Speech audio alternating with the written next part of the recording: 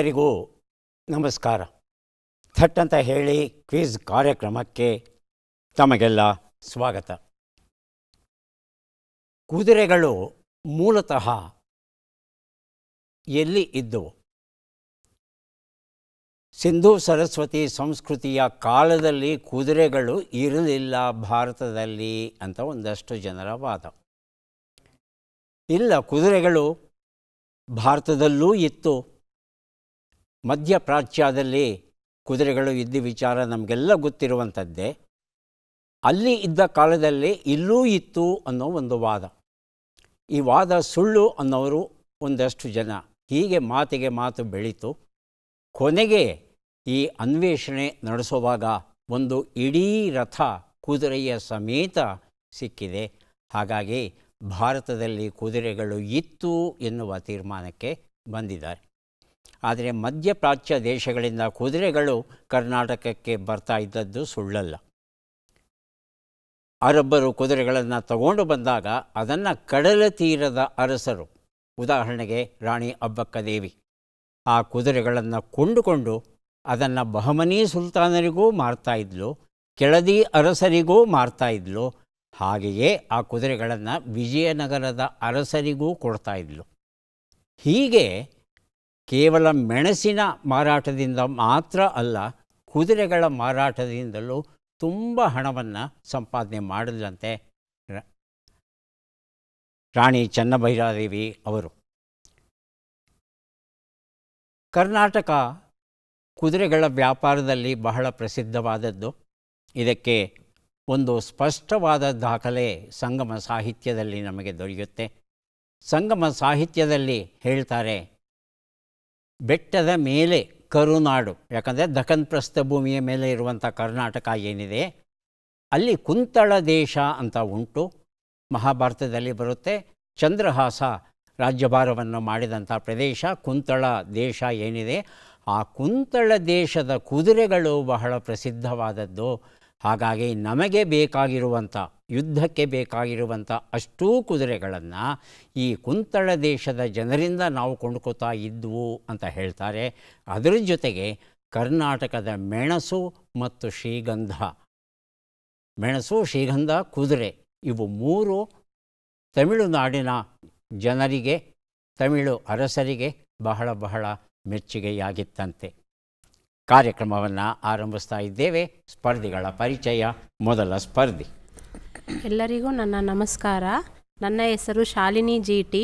ನಾನು ಮೂಲತಃ ತುಮಕೂರು ಜಿಲ್ಲೆ ಮಧುಗಿರಿ ತಾಲೂಕು ಐಡಿಹಳ್ಳಿಯಿಂದ ಬಂದಿದ್ದೇನೆ. ಪ್ರಸ್ತುತ ನಾನು ಎಲೆಕ್ಟ್ರಾನಿಕ್ ಸಿಟಿಯಲ್ಲಿ ವಾಸವಾಗಿದ್ದೇನೆ. ನನ್ನ ಹವ್ಯಾಸಗಳು ಭಕ್ತಿಗೀತೆಗಳು ಕೇಳುವುದು, ತಟ್ಟಂತ ಹೇಳಿ ಕಾರ್ಯಕ್ರಮ ವೀಕ್ಷಣೆ ಮಾಡುವುದು. ಶಾಲಿನಿ ಅವರಿಗೆ ಸ್ವಾಗತವನ್ನು ಕೋರ್ತಾ ಇದ್ದೇವೆ. ಮುಂದಿನ ಸ್ಪರ್ಧಿ.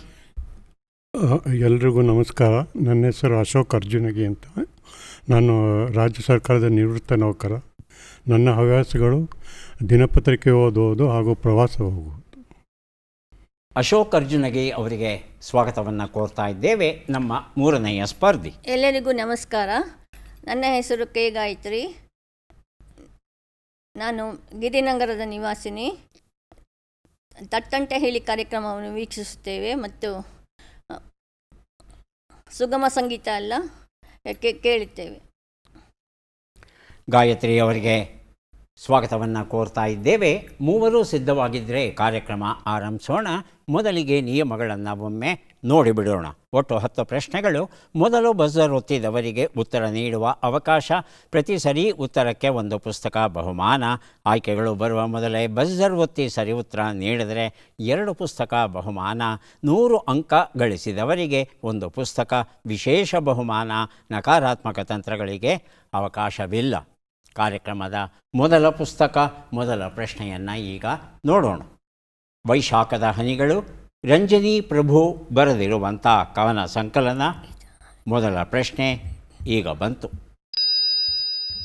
ಕುಂತಲೇಶ್ವರ ದೌತ್ಯ ಈ ಕಾವ್ಯವನ್ನು ಯಾರು ಬರೆದರು ಎನ್ನಲಾಗಿದೆ. ಆಯ್ಕೆಗಳನ್ನು ನೋಡೋಣ. ಮಾಘ, ಭಾಸ, ಕಾಳಿದಾಸ, ಭವಭೂತಿ. ಮೊದಲಿಗೆ ಶಾಲಿನಿ, ಆನಂತರ ಗಾಯತ್ರಿ. ಕಾಳಿದಾಸ. ಕಾಳಿದಾಸ ಆಯ್ಕೆ 3, ಗಾಯತ್ರಿ. ಭವಭೂತಿ. ಭವಭೂತಿ ಆಯ್ಕೆ 4, ಉತ್ತರವನ್ನು ನೋಡೋಣ. ಕಾಳಿದಾಸ ಅನ್ನೋದು ಸರಿಯಾದ ಉತ್ತರ. ವೈಶಾಖದ ಹನಿಗಳು ಎನ್ನುವ ಈ ಒಂದು ಪುಸ್ತಕವನ್ನು ಶಾಲಿನಿ ಅವರಿಗೆ ಕೊಟ್ಟಿದ್ದೇವೆ. ಕಾಳಿದಾಸನು ಇಮ್ಮಡಿ ವಿಕ್ರಮಾದಿತ್ಯನ ಆಸ್ಥಾನದಲ್ಲಿ ಇದ್ದ ಅಂತ ಒಂದು ನಂಬಿಕೆ.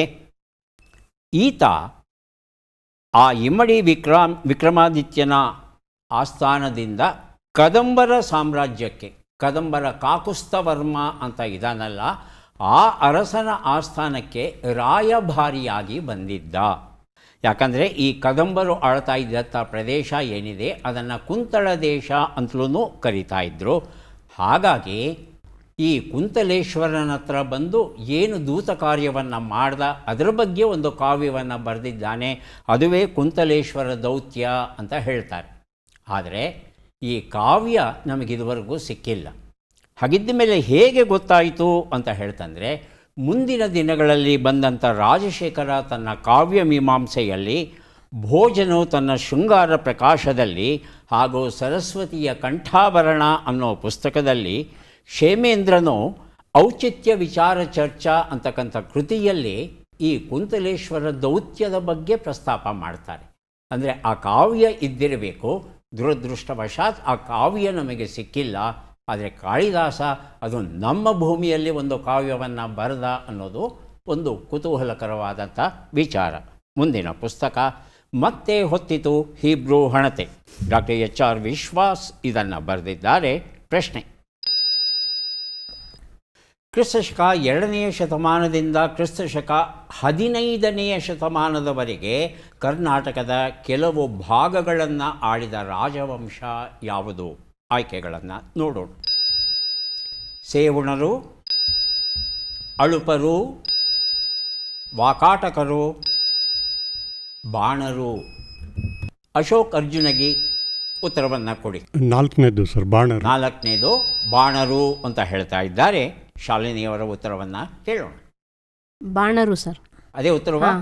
ಅದೇ ಉತ್ತರ ಅಂತ ಹೇಳ್ತಾ ಇದ್ದಾರೆ. ಉತ್ತರವನ್ನು ನೋಡೋಣ. ಆದರೆ ಸರಿಯಾದ ಉತ್ತರವು ಅಳುಪರು ಆಗಿತ್ತು. ಕ್ರಿಸ್ತಶಕ 2ನೇ ಶತಮಾನದಿಂದ 15ನೇ ಶತಮಾನ ಅಂದರೆ ಹೆಚ್ಚು ಕಡಿಮೆ 1200 ವರ್ಷಗಳ ಕಾಲ ನಿರಂತರವಾಗಿ ರಾಜ್ಯಭಾರ ಮಾಡಿದವರು ಯಾರು ಅಂದರೆ ಅವರು ಅಳುಪರು.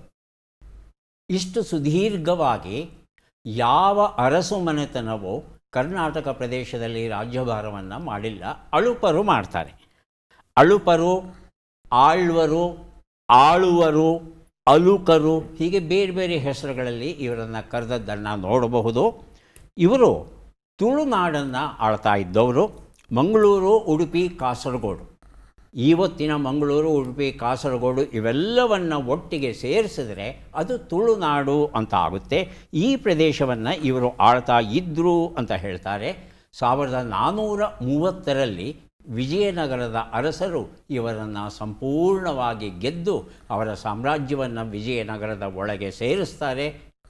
ಆಗ ಈ ಅಳುಪ ಸಾಮ್ರಾಜ್ಯ ಏನಿತ್ತು ಅದು ಸದಾ ಕಾಲಕ್ಕೂ ಮರೆಯಾಗಿ ಹೋಗುತ್ತೆ. ಮುಂದಿನ ಪುಸ್ತಕ ಹುಚ್ಚುಕೋಡಿ ಮನಸ್ಸಿನ ಸುತ್ತಮುತ್ತ. Professor R.P. ಪುನಗಿನ ಬರೆದಂಥ ಪುಸ್ತಕ. ನಮ್ಮ ಪ್ರಶ್ನೆ: ವಸುಭಾಗ ಭಟ್ಟನ ಸಂಸ್ಕೃತ ಕೃತಿಯನ್ನಾಧರಿಸಿ ಕನ್ನಡದಲ್ಲಿ ಪಂಚತಂತ್ರವನ್ನು ಬರೆಯುವೆ ಎಂದು ಯಾರು ಹೇಳಿದ್ದಾರೆ? ಆಯ್ಕೆಗಳನ್ನು ನೋಡೋಣ. ದುರ್ಗಸಿಂಹ, ಗುಣಾಢ್ಯ, ವರರುಚಿ, ಅಮರಸಿಂಹ. ಮೊದಲಿಗೆ ಶಾಲಿನಿ, ಆನಂತರ ಗಾಯತ್ರಿ. ಅಮರಸಿಂಹ. ಅಮರಸಿಂಹ ಆಯ್ಕೆ 4. ಗಾಯತ್ರಿ? ವರರುಚಿ. ವರರುಚಿ ಆಯ್ಕೆ 3. ಉತ್ತರವನ್ನು ನೋಡೋಣ. ಸರಿಯಾದ ಉತ್ತರ ದುರ್ಗಸಿಂಹ ಆಗಿತ್ತು. ಗುಣಾಢ್ಯ ಅನ್ನೋನು ಪೈಶಾಚಿ ಅಂತ ಒಂದು ಭಾಷೆ, ಅದರಲ್ಲಿ ಬೃಹತ್ ಕಥೆ ಅನ್ನೋ ಒಂದು ಕೃತಿಯನ್ನು ಬರೀತಾನೆ. ಇದು ಪೈಶಾಚಿ ಭಾಷೆಯಲ್ಲಿ ಇರುವಂಥದ್ದು. ಅದನ್ನು ಸಂಸ್ಕೃತಕ್ಕೆ ಅನುವಾದ ಮಾಡಿದ್ದು ವಸುಭಾಗ ಭಟ್ಟ ಅಂತಕ್ಕಂಥ ಕವಿ. ಈ ಸಂಸ್ಕೃತದಲ್ಲಿ ಇದ್ದಂಥ ಈ ಕೃತಿಯನ್ನು ಕನ್ನಡಕ್ಕೆ ಅನುವಾದ ಮಾಡ್ತಾನೆ ದುರ್ಗಸಿಂಹ 1031ನೇ ಇಸವಿಯಲ್ಲಿ. ಈತ ಕಲ್ಯಾಣಿ ಚಾಲುಕ್ಯರ 1ನೆಯ ಜಗದೇಕ ಮಲ್ಲನ ದಂಡನಾಯಕನಾಗಿದ್ದ ಹಾಗೂ ಸಂಧಿ ವಿಗ್ರಹಿಯೂ ಆಗಿದ್ದ ಅನ್ನೋ ವಿಚಾರ ನಮಗೆ ತಿಳಿದು ಬಂದಿದೆ. ಹಲೋ ಟೀಚರ್ ಎನ್ನುವ ಪುಸ್ತಕ ಅನಸೂಯ ಯತೀಶ್ ಅವರು ಶಿಕ್ಷಕಿ ಮತ್ತು ಮಕ್ಕಳ ಒಡನಾಟದ ಬುತ್ತಿಯನ್ನು ನಮಗಾಗಿ ನೀಡಿದ್ದಾರೆ. ಪ್ರಶ್ನೆ: ದೇವಪ್ಪ ಕವಿ ಬರೆದ ರಾಮ ವಿಜಯ ಚರಿತೆ ಯಾವ ಶೈಲಿಯ ಕಾವ್ಯ ಆಗಿದೆ? ಆಯ್ಕೆಗಳನ್ನು ನೋಡೋಣ. ಭಾಮಿನಿ ಷಟ್ಪದಿ, ರಗಳೆ, ಕಂದಪದ್ಯ, ಸಾಂಗತ್ಯ.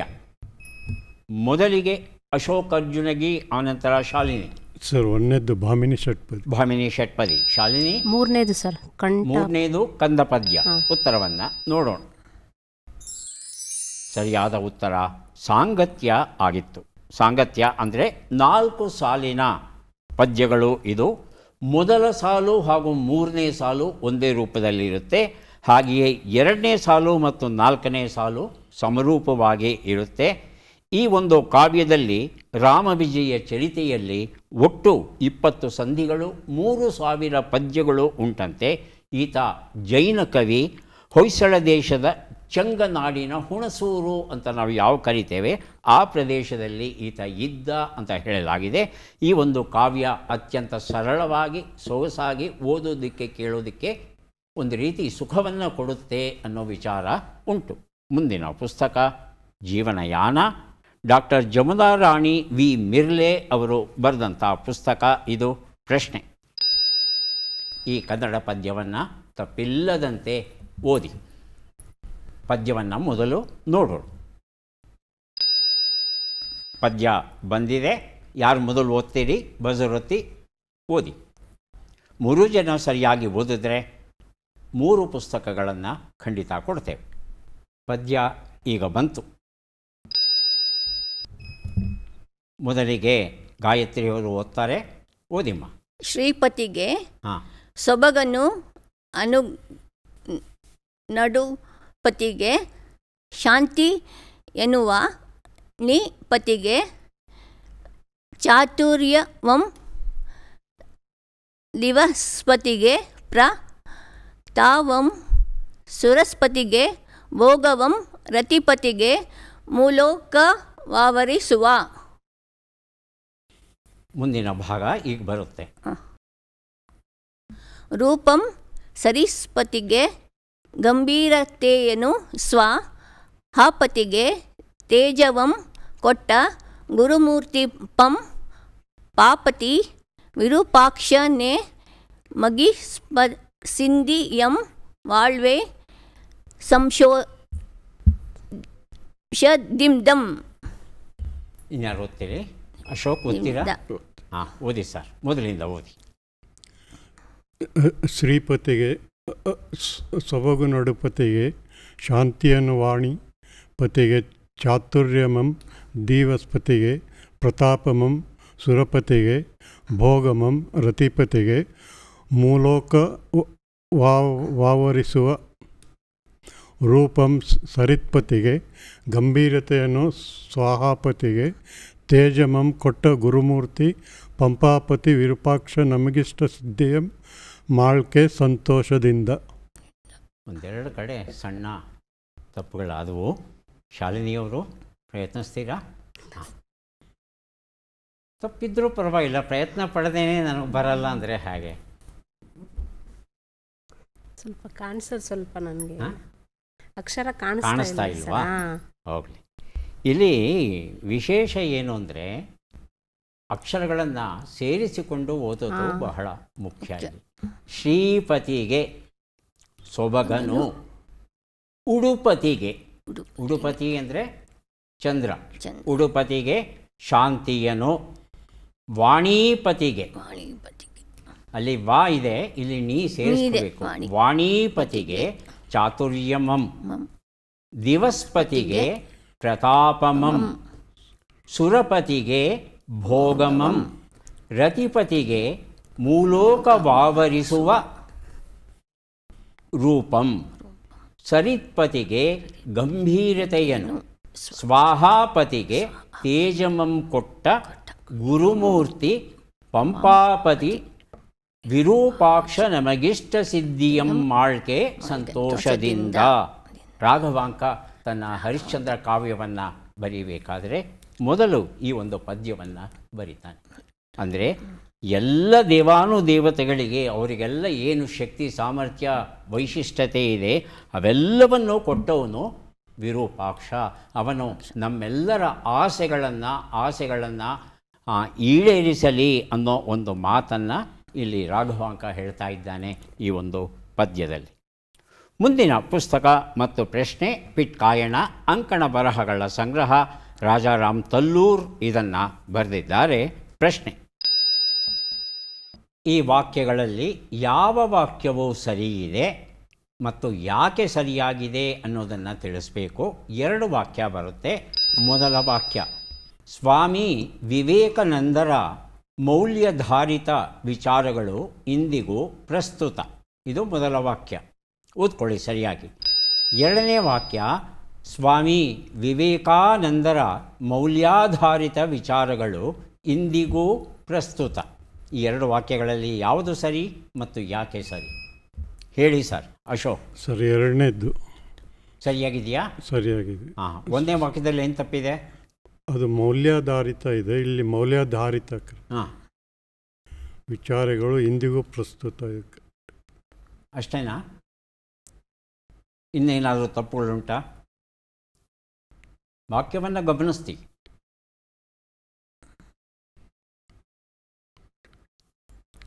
ಶಾಲಿನಿ ಮತ್ತು ಗಾಯತ್ರಿ ಪ್ರಯತ್ನಿಸ್ತೀರಾ?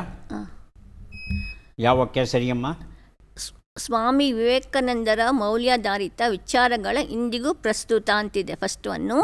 ಸ್ವಾಮಿ ವಿವೇಕಾನಂದರ ಮೌಲ್ಯಾಧಾರಿತ ವಿಚಾರಗಳು ಇಂದಿಗೂ ಪ್ರಸ್ತುತ ಅಂತಲೇ ಇದೆ. ವಿಚಾರಗಳ ಅಂತಿದೆ ಫಸ್ಟ್ ಒನ್ನು. ಸೆಕೆಂಡ್ ಒನ್ ವಿಚಾರಗಳು ಅಂತಿದೆ. ವಿಚಾರಗಳು ಕರೆಕ್ಟು ಅನಿಸುತ್ತೆ.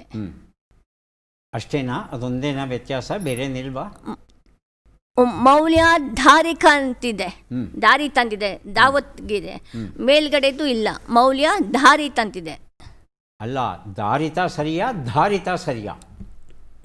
ಧಾರಿತ ಸರಿ. ಸರಿ ಅಂದರೆ 2ನೇ ವಾಕ್ಯ ಸರಿ. 2ನೇ ವಾಕ್ಯ ಸರಿ ಇದ್ದೀರಿ. ಇನ್ನೇನಾದರೂ ಹೇಳೋದಿದೆಯಾ 2ನೇ ವಾಕ್ಯಕ್ಕೆ ಸಂಬಂಧಪಟ್ಟ ಹಾಗೆ? ಅಷ್ಟೇ, ಅಷ್ಟೇ. ಹೇಳಿ ಮಾಷಾ ಸರ್. ಸ್ವಾಮಿ ವಿವೇಕಾನಂದ ಇದೆ ಸೆಕೆಂಡ್ ಒನ್ನು. ಹಾಂ. 2ನೇದು ಸ್ವಾಮಿ ವಿವೇಕಾನಂದ ಇದೆ. ಹಾಂ, ಅದು ಡಿಫ್ರೆಂಟ್ ಇದೆ ಸರ್. ಹಾಂ, ಹೇಳಿ ಆಮೇಲೆ. ಅಷ್ಟೇನಾ? ಇನ್ನೇನಾದರೂ ಉಂಟಾ? ಸ್ವಾಮಿ ವಿವೇಕಾನಂದರ ಅಷ್ಟೇ ಸರ್. ಅಷ್ಟೇ. ಹಾಂ. 2ನೇ ಉತ್ತರವನ್ನು ನೋಡೋಣ. ಸ್ವಾಮಿ ವಿವೇಕಾನಂದರ ಮೌಲ್ಯಾಧಾರಿತ ವಿಚಾರಗಳು ಇಂದಿಗೂ ಪ್ರಸ್ತುತ. ಇಲ್ಲಿ ಮೊದಲನೇದು ವಿವೇಕ ಪ್ಲಸ್ ಆನಂದ ಸೇರಿಸಿದ್ರೆ ವಿವೇಕಾನಂದ ಆಗುತ್ತೆ. ಸವರ್ಣ ದೀರ್ಘ ಸಂಧಿ. ಮೊದಲನೇ ವಾಕ್ಯದಲ್ಲಿ ಸವರ್ಣ ದೀರ್ಘ ಸಂಧಿ ಇಲ್ಲ. 2ನೇ ವಾಕ್ಯದಲ್ಲಿ ಸವರ್ಣ ದೀರ್ಘ ಸಂಧಿ ಉಂಟು. ಹಾಗೆಯೇ ಮೌಲ್ಯಧಾರಿತ ಅಂತ ಶಬ್ದ ಇಲ್ಲ ಕನ್ನಡದಲ್ಲಿ. ಮೌಲ್ಯ ಪ್ಲಸ್ ಆಧಾರಿತ ಹೀಗೆ ಬರಬೇಕು. ಅದು ಮೌಲ್ಯ ಪ್ಲಸ್ ಆಧಾರಿತ ಮೌಲ್ಯಾಧಾರಿತ ಆಗುತ್ತೆ. ಅದು 2ನೇ ವಾಕ್ಯದಲ್ಲಿ ಇದೆ. ಸವರ್ಣ ದೀರ್ಘ ಸಂಧಿ 2ನೇ ವಾಕ್ಯದಲ್ಲಿ ಇರೋ ಕಾರಣ ಇದೇ ಸರಿಯಾದದ್ದು. ಮೊದಲ ವಾಕ್ಯ ಸರಿಯಾಗಿ ಇಲ್ಲ. ಮುಂದಿನ ಪುಸ್ತಕ ಮತ್ತು ಪ್ರಶ್ನೆ ತೆಪರೇಸಿ ರಿಟರ್ನ್ಸ್. ಎನ್ ಮಲ್ಲೇಶ್ ಬರೆದಂಥ ಅಂಕಣ ಬರಹಗಳ ಕೃತಿ. ಪ್ರಶ್ನೆ: ಈ ಕವಿಯನ್ನು ಗುರುತಿಸಿ.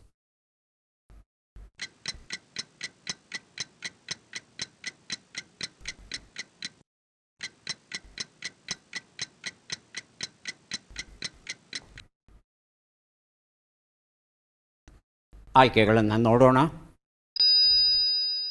H V Nagarajarao, Babu Krishnamurthy, Hove Sheshadri, Hama Nayak.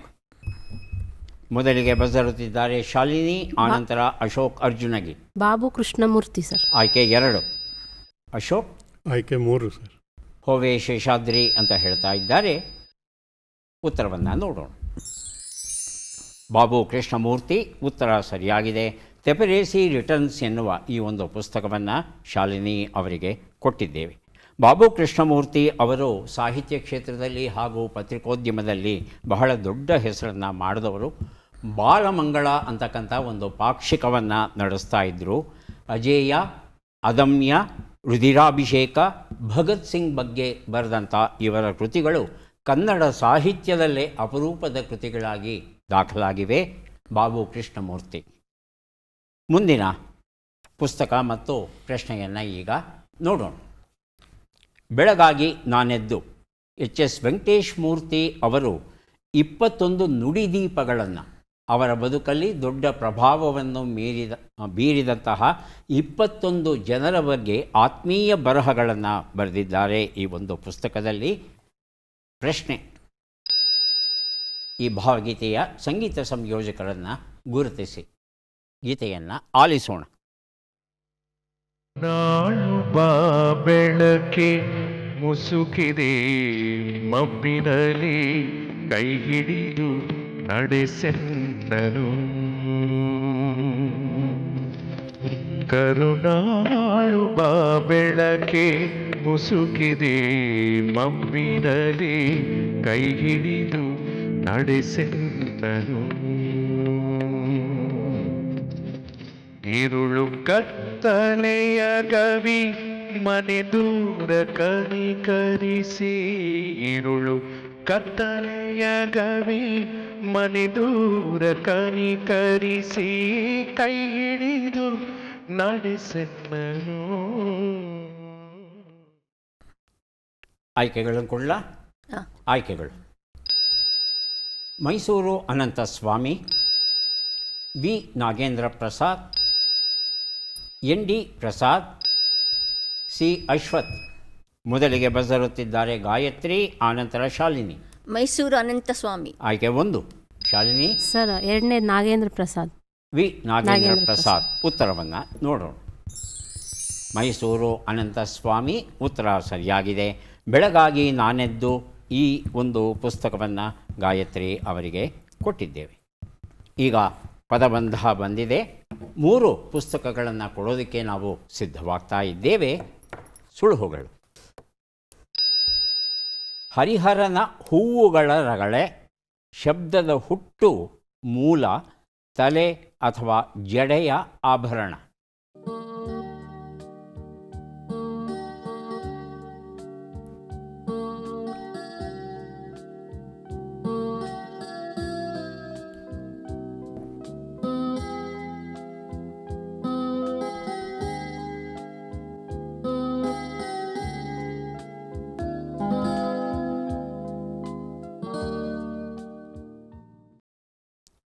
ಗೊತ್ತಾಗಿಲ್ವಾ? ಮೊದಲನೇ ಶಬ್ದನ ಕೊಡ್ತೇನೆ. ಎರಡನೇ ಶಬ್ದ, ಮೂರನೇ ಶಬ್ದಕ್ಕೆ ತಾವು ಪ್ರಯತ್ನ ಪಡಬಹುದು. 1 ಉತ್ತರ: ಪುಷ್ಪರಗಳೆ. ಹರಿಹರನ ಕೃತಿಯಲ್ಲಿ ಅದ್ಭುತವಾಗಿರ್ತಕ್ಕಂಥ ಭಾಗ ಇದು. ಅಂದಿನ ಕರ್ನಾಟಕದಲ್ಲಿ ಯಾವ ಯಾವ ಹೂವುಗಳು ಬೆಳೀತಾ ಇದ್ವು ನಮ್ಮ ಕರ್ನಾಟಕದಲ್ಲಿ ಅನ್ನೋ ಮಾಹಿತಿ ದೊರೆಯುತ್ತೆ ಹರಿಹರನು ಬರೆದಂಥ ಈ ಭಾಗದಲ್ಲಿ. 2 ಉತ್ತರ. ಯಾರು ಬೇಕಾದರೂ ಬಜರ್ ಒತ್ತಬಹುದು, ಉತ್ತರವನ್ನು ಕೊಡಬಹುದು. ಶಬ್ದದ ಹುಟ್ಟು ಮತ್ತು ಮೂಲವನ್ನು ತಿಳಿಸುವಂಥ ಶಬ್ದ.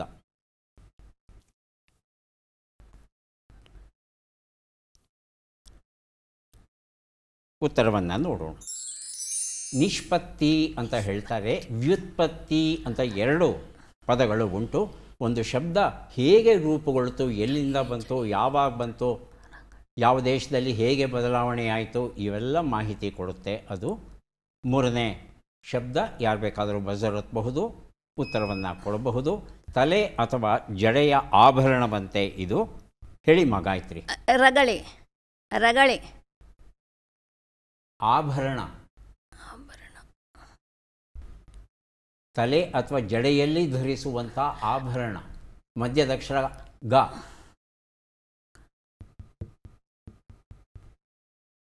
ಉತ್ತರವನ್ನು ನೋಡೋಣ.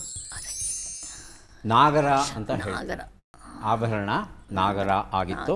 ಈಗ ಕೊನೆಯ ಘಟ್ಟ, ಚಟ್ಪಟ್ ಚಿನ್ಕುರಳಿ. 5 ಪ್ರಶ್ನೆಗಳು. ಮೊದಲ ಅವಕಾಶ ಶಾಲಿನಿ ಅವರಿಗೆ. ಸಿದ್ಧವಾಗಿದ್ದರೆ ಪ್ರಶ್ನೆಗಳನ್ನು ಆರಂಭಿಸ್ತೇವೆ. ಮೊದಲ ಪ್ರಶ್ನೆ: ಹಣ್ಣಾಗು ಎಂಬ ನುಡಿಗಟ್ಟಿನ ಅರ್ಥವೇನು? ಅನುಭವವನ್ನು ಪಡೆ, ಪಕ್ವ ಆಗು. ಪಕ್ವ ಹಾಗೂ. ಮುಂದಿನ ಪ್ರಶ್ನೆ. ದೋಣಿಯಲ್ಲಿ ದಾಟಿಸುವವನು ಎಂಬ ಅರ್ಥದ ಪದ ಯಾವುದು? ತಾರಣ, ವಾರಣ? ವಾರಣ. ಮುಂದಿನ ಪ್ರಶ್ನೆ. ಎಂ ಬಿ ಸೀತಾರಾಮಯ್ಯ ಅವರ ಕಾವ್ಯನಾಮವೇನು? ರಾಘವ, ಮಾಧವ? ರಾಘವ. ಮುಂದಿನ ಪ್ರಶ್ನೆ. ಈ ಗಾದೆಯನ್ನು ಪೂರ್ಣಗೊಳಿಸಿ. ಅಡಿಕೆ ಕಡಿದರೆ ಹೋಯಿತು. ಮುಂದಿನ ಪ್ರಶ್ನೆ. ಈ ಒಗಟನ್ನು ಬಿಡಿಸಿ. ಗಿಡ ಗಿಡಕ್ಕೆಲ್ಲ ಬುಡುಬುಡುಕೆ. ಗೊತ್ತಿಲ್ಲ ಸರ್. ಉತ್ತರವನ್ನು ನೋಡ್ತಾ ಹೋಗೋಣ. ಒಂದು ಉತ್ತರ ಹಣ್ಣಾಗು ಅಂದರೆ ಅನುಭವವನ್ನು ಪಡೆ. ಎರಡನೇ ಪ್ರಶ್ನೆಗೆ ಉತ್ತರ ತಾರಣ. ಮೂರನೇ ಪ್ರಶ್ನೆಗೆ ಉತ್ತರ ರಾಘವ, ಸರಿಯಾದ ಉತ್ತರ ಕೊಟ್ಟಿದ್ದೀರಿ. ನಾಲ್ಕನೇ ಪ್ರಶ್ನೆಗೆ ಉತ್ತರ ಅಡಿಕೆ ಕಡಿದರೆ ಹೋಯಿತು, ಮಡಕೆ ಒಡಿದರೆ ಹೋಯಿತು, ಸರಿಯಾದ ರೂಪ. ಐದನೇ ಪ್ರಶ್ನೆಗೆ ಉತ್ತರ ಇದು ಕಡಲೆಕಾಯಿ ಗಿಡದ ವರ್ಣನೆ ಆಗಿತ್ತು. ಒಂದು ಪ್ರಶ್ನೆಗೆ ತಾವು ಸರಿಯಾದ ಉತ್ತರ ಕೊಟ್ಟಿದ್ದೀರಿ. ಒಂದು ಪುಸ್ತಕವನ್ನು ತಮಗೆ ಕೊಟ್ಟಿದ್ದೇವೆ. ಈಗ ಅವಕಾಶ ಅಶೋಕ್ ಅವರಿಗೆ ಬರ್ತಾ ಇದೆ. ಆರಂಭಿಸಬಹುದಾ? ಮೊದಲ ಪ್ರಶ್ನೆ. ಹಣ್ಣುಗಾಯಿ ನೀರುಗಾಯಿ ಮಾಡು ಎಂಬ ನುಡಿಗಟ್ಟಿನ ಅರ್ಥವೇನು? ಬಲವಂತವಾಗಿ ಹಣ್ಣು ಮಾಡು, ಚೆನ್ನಾಗಿ ಹೊಡೆ. ಇದು ಚೆನ್ನಾಗಿ ಹೊಡೆ. ಮುಂದಿನ ಪ್ರಶ್ನೆ. ಸೂರ್ಯೋದಯದ ಮೊದಲಿನ ಹೊಂಬಣ್ಣ ಎಂಬ ಅರ್ಥದ ಪದ ಯಾವುದು? ಅರುಣ, ತರುಣ? ಮೊದಲನೇ ಸರ್ ಅರುಣ. ಮುಂದಿನ ಪ್ರಶ್ನೆ. ಚಕ್ರಾಕಾರವಾಗಿ ತಿರುಗಿಸು ಎಂಬ ನುಡಿಗಟ್ಟಿನ ಅರ್ಥವೇನು? ತಿರುಪು, ತಿರುಚು? ತಿರುಪು. ಮುಂದಿನ ಪ್ರಶ್ನೆ. ಮಲ್ಲಾಡಿಹಳ್ಳಿ ರಾಘವೇಂದ್ರ ಸ್ವಾಮಿ ಅವರ ಕಾವ್ಯನಾಮವೇನು? ರಾಘವ, ತಿರುಕ? ತಿರುಕ. ಮುಂದಿನ ಪ್ರಶ್ನೆ.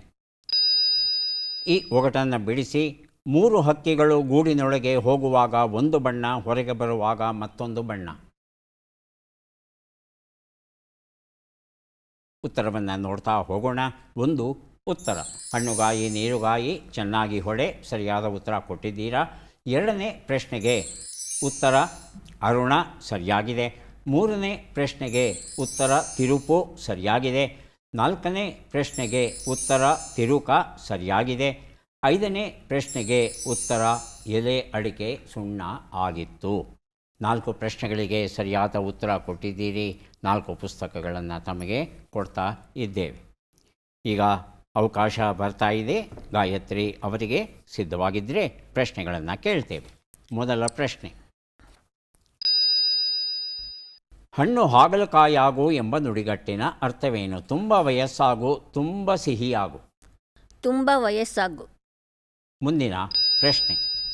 ಬಿಲ್ಲಿನ ಹಗ್ಗ, ಹೆದೆ ಎಂಬ ಅರ್ಥದ ಪದ ಯಾವುದು? ತಿಬ್ಬ, ತಿಬ್ಬು? ಕಿಬ್ಬ.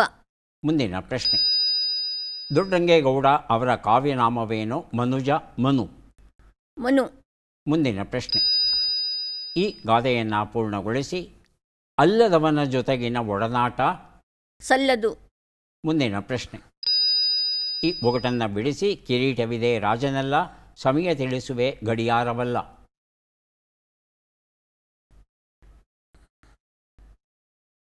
ಉತ್ತರವನ್ನು ನೋಡ್ತಾ ಹೋಗೋಣ. ಒಂದು ಉತ್ತರ ಹಣ್ಣು ಹಾಗಲಕಾಯಾಗು ಅಂದರೆ ತುಂಬ ವಯಸ್ಸಾಗು ಅಂತ ಉತ್ತರ ಕೊಟ್ಟಿದ್ದೀರಾ.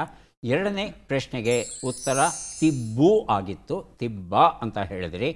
ಮೂರನೇ ಪ್ರಶ್ನೆಗೆ ಉತ್ತರ ಮನುಜ ಆಗಿತ್ತು, ಮನು ಅಂತ ಹೇಳಿದ್ರಿ. ನಾಲ್ಕನೇ ಪ್ರಶ್ನೆಗೆ ಉತ್ತರ ಅಲ್ಲದವನ ಜೊತೆಗಿನ ಒಡನಾಟ ಮೊಳಕೈಗೆ ಕಲ್ಲು ಬಡಿದಂತೆ. ಐದನೇ ಪ್ರಶ್ನೆಗೆ ಉತ್ತರ ಇದು ಹುಂಜ ಅಥವಾ ಜಾವದ ಕೋಳಿ ಅಂತ ಹೇಳ್ತಾರೆ, ಅದು ಸರಿಯಾದ ಉತ್ತರ ಆಗಿತ್ತು. ಒಂದು ಪ್ರಶ್ನೆಗೆ ತಾವು ಸರಿಯಾದ ಉತ್ತರ ಕೊಟ್ಟಿದ್ದೀರಿ. ಒಂದು ಪುಸ್ತಕವನ್ನು ತಮಗೆ ಕೊಡ್ತಾ ಇದ್ದೇವೆ. ಯಾರಿಗೆ ಎಷ್ಟು ಪುಸ್ತಕ ಬಂದಿದೆ ಅದನ್ನು ನೋಡುವ ಕ್ಷಣ ಈಗ ಬಂತು. ಶಾಲಿನಿ ಅವರಿಗೆ 3 ಪುಸ್ತಕ ದೊರೀತಾ ಇದೆ. ಅಶೋಕ್ ಅರ್ಜುನಗಿ ಅವರಿಗೆ 4, ಗಾಯತ್ರಿ ಅವರಿಗೆ 2 ಪುಸ್ತಕಗಳು ದೊರೀತಾ ಇವೆ. ಶಾಲಿನಿ ಅವರಿಗೆ ಪುಸ್ತಕಗಳನ್ನು ಕೊಡ್ತಾ ಇದ್ದೇವೆ. ದಯವಿಟ್ಟು ಪುಸ್ತಕವನ್ನು ಸ್ವೀಕರಿಸಿ. ಕಾರ್ಯಕ್ರಮದಲ್ಲಿ ಭಾಗವಹಿಸಿದ್ದಕ್ಕೆ ತಮಗೆ ಧನ್ಯವಾದಗಳು.